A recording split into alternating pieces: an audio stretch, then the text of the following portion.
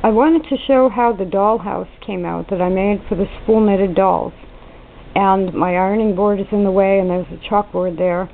I'm still in the process of moving and packing, but this is how it came out. I used the Sweater Quilt 2 smaller pattern to make the sections out of burlap and backed with fabric, and then I took block printed trees that are on cross stitch fabric and made them pockets.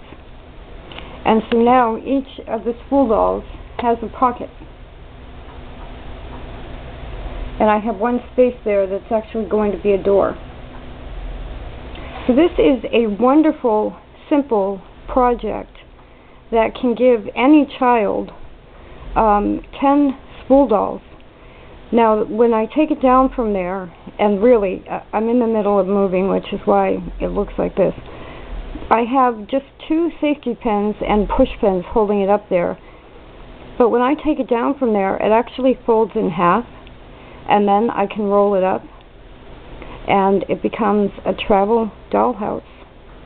I think any child would love having their people with them like this.